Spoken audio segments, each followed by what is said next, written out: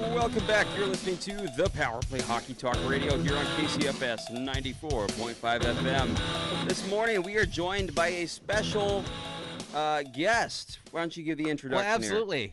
Well, Mike Dresch is a rabid Detroit Red Wings fan, has been one for many, many years, and through Facebook, we were talking, there were friends on Facebook, and we were talking about, well, actually, I just put out there about the radio show, just kind of plugging that a little bit there, and I tagged Mike because I knew that he was a hockey fan, but he came back and said, hey, I'm going to be at that Red Wings Wild game here Saturday. I said, well, great, you know what, we'd love to have you on the show, and we'll talk a little bit of hockey and we'll preview the game. So, Mike, how you doing? I'm doing great, guys. How are you? We're doing great. Thanks so much for joining us. Well, thanks for coming my on. Pleasure. Yeah, so you're heading up to the Twin Cities today? Yeah, I'm actually sitting in Edina right now, anxiously awaiting the game tonight. All right. You're already there. Good deal. Wow. So big plans until then?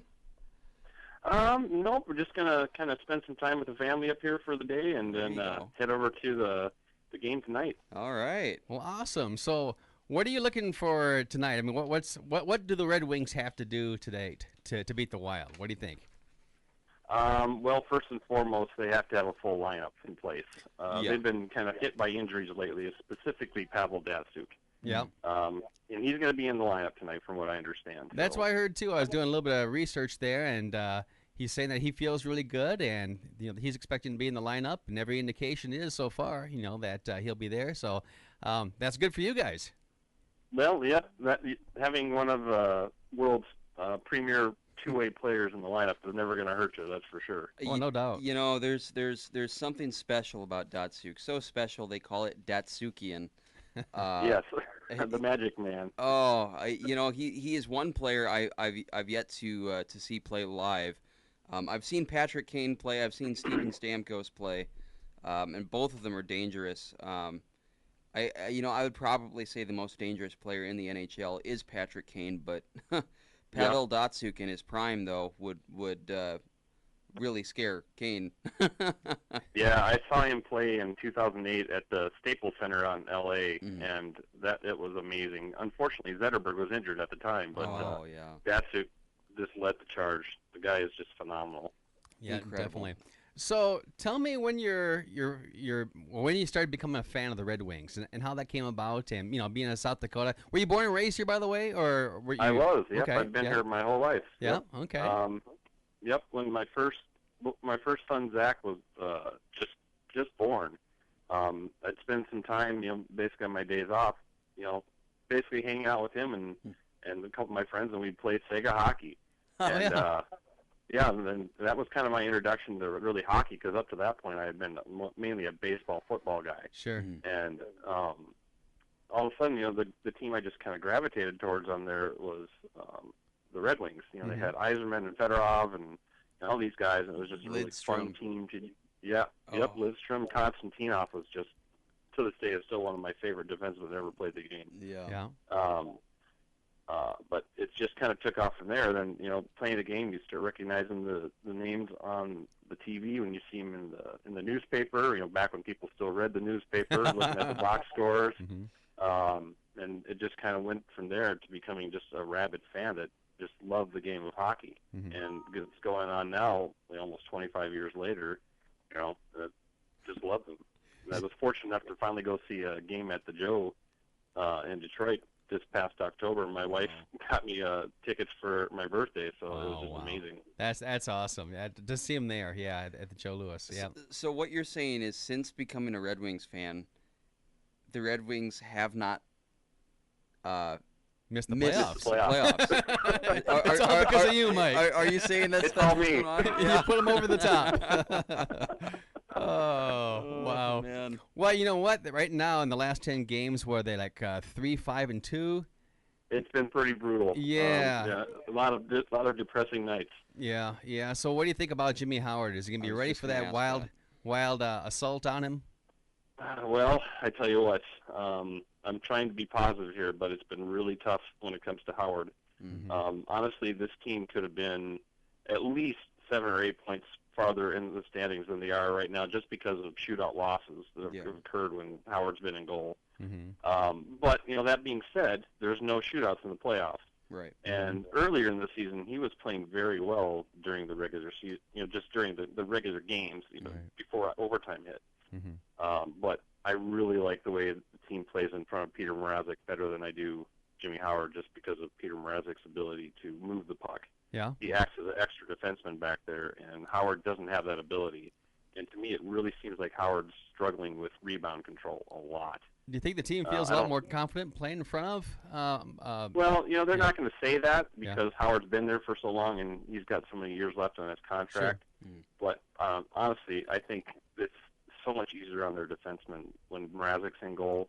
Mm-hmm. I think Howard's got the experience, but Mrazek, I think, is the goalie of the future for the Red Wings. Yeah. Yeah. Yeah. Yeah, I've watched him a little bit here over the past few seasons, and Mrazek has definitely climbed into that contending role in goal for the Red Wings. So I mean that was good to see. I think I don't know, was it his first start? I think that was the first start for Darcy Kemper. That was Darcy Kemper's first win was against Detroit, and Mrazek was in goal. Oh, okay. They were both rookies. Mm-hmm. Yep. I think Minnesota's been going through the same thing with Devin Dubnyk, except the team wasn't confident playing in front of Darcy Kemper and Nicholas Backstrom, particularly Backstrom, because I mean, let's face it, the guy's 37, something like that. He's getting older, and yeah, the guy used to be so good.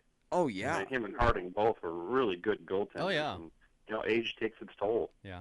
Well, the issue with Backstrom is when Jacques Lemaire left, it was a different style. They went from a defensive first mentality to a more two-way game. It just didn't really suit Backstrom that well.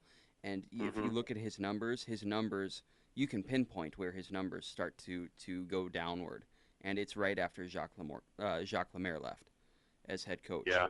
So as an outside guy, I think Jacques Lemaire was a brilliant coach. I mean, just what he did with the Devils. Oh yeah. It's going to speak volumes with him and put him, aside from his whole playing career, but yeah, his coaching career with the Devils was just amazing. Oh, absolutely. But it's not the funnest brand of hockey to watch. No. It tends to be a little bit on the boring side. Right. So I think him leaving was probably a good thing for the fans. Mm. And the growing pains that were there early on probably weren't that great because like you said, he was defense first, and that helps them win a lot of games. Well, and they got into the playoffs. Yeah. But now they're starting to reap the rewards. Yeah. Yeah. Well, I mean, there's so many teams that, or so many fans even, just outside the fan base that when they think Minnesota Wild hockey, or when they hear it, they think a boring trap style team, and that's just not what it is anymore. Right. No. It's a lot like Pittsburgh Penguins, Detroit Red Wings hockey. It really is just the speed, Yeah. the pace, More puck possession. the puck possession, Right. definitely. Yeah. More often than not, they're out shooting their opponent. Their Corsi and Fenwick numbers have been off the charts. Jared Spurgeon, a little undrafted, 5'9" defenseman. Well, no, he was drafted by the Islanders in the 6th round in 2008, but he didn't get signed by them. He played 5 years of major junior hockey, gets invited to Minnesota Wild rookie camp, impresses the GM, and is signed right out of rookie camp. And now he's a top 4 NHL defenseman, at least on the team, and he's their best puck possession player, and that's with guys like Ryan Suter and Jonas Brodin on there as well, and Marco Scandella, who's going to be that hulking top 4 defenseman every NHL general manager is looking for at the trade deadline. Yeah, absolutely. So they I know playing the Wild for the Red Wings has a little extra zing just due to the fact that they were in on the Suter and Parise sweepstakes there. Yeah. Right. And I think they thought they had a good shot at Suter at least, but Yeah. at the very last minute it ends up going to the Wild. So I think that adds a little extra something to the games when they play them. Okay, so with that in mind, now here's another question. With the Nashville Predators, every time Minnesota goes to Nashville, the fans are constantly booing Suter every time he touches the puck. And the deal with Suter is he wanted to be closer to his family. It's not so much that he got paid more money, so much as he just wanted to be closer to family. And Yeah, that's the same with Parise too. yeah, I mean, they signed basically for bargain deals, the both of them. and yet the fans, particularly the Nashville fans, I mean, they act like Suter betrayed him, and really it was just family reasons, and he took a pay cut. And I guess I Well, don't. it's easy to say that being on the team that he chose, Mm, but when you're on the team that he left, even the points you raise are completely and utterly valid and accurate. yeah. But it just feels like rejection from the team that he left.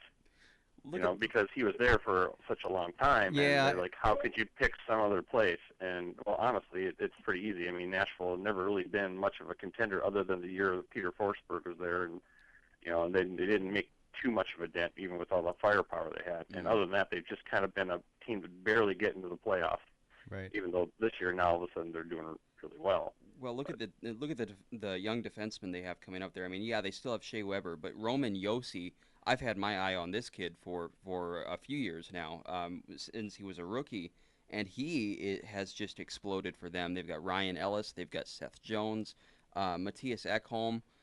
Really, they have nothing to be complaining about right now. They also got Cody Franson back from Toronto. So, I mean, Yep. really, they're sitting. They're a deep team. Yeah, they're deep. And Philippe Forsberg trading Erat for Forsberg was the steal. Trade of the century. Yeah, absolutely. And I'll tell you what, they're in good hands. I firmly believe in the system Peter Laviolette has put in place in Nashville, and they're an exciting team to watch. And Yeah, they fleeced Detroit at last year's trading deadline when they traded Legwand for one of Detroit's top prospects in Calle Yarncroc. Yep, Yarncroc's that good. kid's going to be a good player. He is. I've seen him play. He's well. At least I've watched a few games with He's him still on pretty TV. thin. He needs to put on some weight, but Yeah. he's got the skills. Yeah. Well, Mike, of course, we know the Wild's been pretty hot since the All-Star break, especially since picking up Devin Dubnyk. Wild haven't lost games in regulation back-to-back. Been very hot. What worries you most about the Wild tonight? Well, it's just the fact, like you said, Dubnyk's been so hot. Yeah. That's been kind of Detroit's. I don't know what it is. I think it's something about being an original six team that hasn't missed the playoffs for 20-some years. Everybody gets up to play the Red Wings, no matter where they're at in the standings. Mm-hmm. It seems like the Detroit Red Wings always get the hottest goaltender in the world whenever they play a team. At least that's how it feels from my perspective. Right. But the Red Wings are struggling on even strength scoring, and they're struggling in their penalty killing right now. So they've really got to contain the power play, and they really got to just tighten down defensively at even strength, because Detroit's power play is number one in the league, or very close to it. So they can move the puck, especially with Datsuk back in the lineup. But Yeah. they just really got to make sure the goaltender can see what's coming at him and not give any freebies up. No 2-on-1s, odd man rushes. That's the big thing. When you got guys like Priese, who's going to be at the front of the net because he is one of the hardest working guys in the league. Yeah. Oh, You absolutely. got to make sure that you know where he's at. Yeah. You got snipers like Vanek and Pominville, and Koivu's great on faceoffs, and he's just a solid guy. And Niederreiter, I think, was just a steal getting him. I was totally Yeah. jealous of that move, but Well, it is what it is. and Matt Dumba too on the back end. He's really been putting on the heat. Rookie defenseman that I think he's one goal away from leading the team or leading all defensemen on the team in goals. Also, just one quick little station identification. You're listening to KCFS 94.5 FM. We're here talking with Red Wings super freak, super fan, Uber fan, Mike Dresch. Mike Yep. Dresch, the father of actually the station manager here at KCFS, Zach Dresch, and It's true. the family is off to the Red Wings game today. We have a quiz here for you, though. Yeah, Mike, and before we give you the quiz, though, are you going to wear your Red Wings jersey to the game tonight? I am. Both myself and my wife are wearing our jerseys. She's wearing my away Zetterberg jersey, and I'm wearing my throwback Yzerman jersey. The Ooh. ones that have Detroit on them look like a big candy cane. Yeah. There you go. I have his rookie card, actually. So do I. Yeah, I'll tell you what, that's just so much fun. Just a fun little hobby getting those cards. Where are you sitting? I'm sitting 3 rows off the glass near one of the goal lines. Okay, sounds good. We'll be looking for you on TV. I'm sure there aren't too many Red Wing fans there probably at the game, so we'll look for you there. No, and If you see my jersey, you'll know it's me because my jersey's pretty obnoxious looking. All right. Well, we've got a quiz here for you. Yeah. Okay, Mike, you're telling me you know all about the Red Wings here. I've been a fan for 25 years. We're gonna see just how much you know this year's team. All right. I'm gonna give you a sweater number, and you tell me what player it belongs to. Okay. Okay. All right. Well, let's see. How about number 43? Darren Helm. Very good. Oh, okay. Where's the ding? Oh, that's right. I have to get my dings up here. Okay. Where is the ding here? I got to have that handy. There it is. You are correct, sir. There you go. Number 20. That would be Drew Miller, the man who just got his face sliced by a skate. Oh, isn't that horrible? Man, my gosh. he's lucky he didn't get hurt worse, quite frankly. He's so lucky, yes. Yes. Number 56. 56. Let's see. Who is... Oh, Timo Pulkkinen. You are The correct. man with the Brett Hull shot. Have you seen that guy shoot? He's going to be a really good player for you guys. I'll give you that. He's talented. Number A 8. little undersized. Oh, go ahead. Yeah. Abdelkader. Advocator. Correct. Give you a ding for that one. How about 72? What was that number? 72. 72 is Eric Cole. Correct. Number 11. Dan Cleary. Wish he wasn't there. Oh, let's see. How about number 90? It's Stephen Weiss. Oh, the Yeah. Dakota has a story about Stephen Weiss. Oh, really? it was the Boston Bruins game. It was probably a month back, but I think it was a Boston game. Yeah, it was. And Weiss just was handling the puck like a hand grenade on the power play, and he had 2 turnovers on the power play that directly contributed to shorthanded goals. Yep. He's struggled a little bit this year. There's been games where he's just looked great and games where he's just struggled. And there's a lot of speculation out there that he's playing tentative just due to the fact that he had that horrible groin injury last year.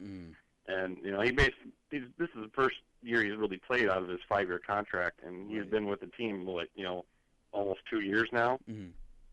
So I think if he's healthy, he can really contribute. Because when we went and saw them play in October, it was his first game in the lineup, and the Red Wings had already played a whole month. And, he looked like he was skating pretty tentatively. But I've seen him in some games since. He's got the hockey sense. Yeah. It's just if he can really get from place to place. Next, we have 27. 27. I got to think about that. Kyle Quincy. Correct. 35. 35. The 35's got to be a goaltender. Jimmy Howard. Those 30 numbers are always the goalies. Yeah. 65. Danny DeKaiser. Yes. You're doing great. I'm very impressed so far. How about 28? 28. Let me think about that. 28. That sounds like Zhidlitsky. You got it. Very good. How about 93? 93. Oh, man. Arnold Franzen. I haven't thought about him. He's been out of the lineup with a concussion for so long. Oh. Yep. How about 13? Datsuk. Datsukian. Yes. 21. Tatar. 15. Riley Sheehan. Yes. 4. Who's number 4? Oh, Jakob Kindle. Haven't seen much of that guy. He hasn't been playing much. Yeah. 50. 50. Who the heck is 50? I got to think about this one. And you Oh, probably have, Gustafson. yeah, there you Gustafson. go. I haven't seen him for a while either. I was gonna say that one. I can see why that one would be kind of tough there. How about 14? That would be Gustav Nyquist. What a steal that guy's been. Let's see. Yeah. I follow the prospects quite a bit, and when I saw him tearing up the NCAA in the University of Maine, it was just like, oh, I can't wait for this guy. It's just like I can't wait for Dylan Larkin to get the Red Wings. Yeah. Oh, definitely. 52. Erickson. Oh, let's see. 34. 34. Mrazek. Boy, we're getting down here. I don't have too many left here. How about number 18? 18. I'm leaning towards, what's his name, Joachim Anderson. Oh, you're rocking here. Let's see. 40. Once again, me probably. Zetterberg. Yep. Yep. Got to get that one right. Yeah. I was gonna say. 55. Cronwall. Number 2. Smith. And let's see. I think we've got just one left. No, 2 left actually. 26. 26. Why is that not registering on me? You might get me on this one. Oh, wait, Yurko. Oh, you got it. You got it. I was getting ready to hit the Price is Right. Bum, bum, ba-dum. Oh, and last one, Mike. You've been doing fantastic. Will you get 100%? I think you probably will. Number 41. Glenn Denning. Fantastic. Wow. Very good. Very impressive. Very good. Well, Mike, we are sure happy that you joined us this morning. It's been a lot of fun talking with you, and we're jealous that we can't be at the game with you. But I tell you what, you're going to have a great time. And you know what? Those Minnesota fans, don't worry about them. They're pretty friendly toward the others who wear, opposite. Are you sure about that? the last time I went, I tell this story everywhere I go. The last time I was at a Minnesota Wild game, it was like one of the first couple of years there. Yeah. And I literally had my kids with me, and a busload of 12-year-old Minnesota hockey kids were uttering profanities at me, telling me we suck. Oh, gee. Are you serious? Oh. Yeah. Oh. Well, those are 12-year-olds, What- Well, shoot. You'd think they'd know better, Yeah. but still. Well, I was kind of surprised here. We went to a playoff game against the Blackhawks a couple seasons ago, and Yeah. they're talking back and forth pretty good, and there are quite a few Blackhawks fans in the audience there too. But I mean, I think, at least from our perspective, there were a lot of really, I guess, productive conversations, and right. not anything Antagonistic or anything like that. Yeah, if you know hockey and people know you know hockey and you don't act like obnoxious in the other team's rink, Yeah. I think you should generally be okay. We were fine when we were at the game. It was just coming out of the game afterwards. Yeah. Well, And I went to the game I went to in Detroit. It was a Maple Leafs Red Wings game. oh boy. So half the arena was filled with Maple Leafs fans, Yeah. and they were all super cool. Yeah. That's good. Neat. When we went to that playoff game, the Wild fans, we were just excited that we won the first home playoff game in 5 years. Yeah. And, I think we openly admitted to those Blackhawks fans standing around that, good game. We won, but you guys are going to win the series. Yeah. Yeah, well, I was totally pulling for the Wild. I hate the Blackhawks. You and me both. I'll tell Yeah. you what, though, if we meet them again in the playoffs, I think third time's the charm, especially without Patrick Kane. Yeah, exactly. So you they're bet. going to be looking out. Anyway, Mike, thank you so much for Yes, calling in. thanks so We much. appreciate it. Have a great time tonight. Awesome. Thanks, guys. You bet. Take care. Drive safe. All right, thank you. Yep. Bye-bye. Bye. Mike Dresch, ladies and gentlemen, the Uber Red Wings fan, and boy, he proved it. Yeah, he did. That's great.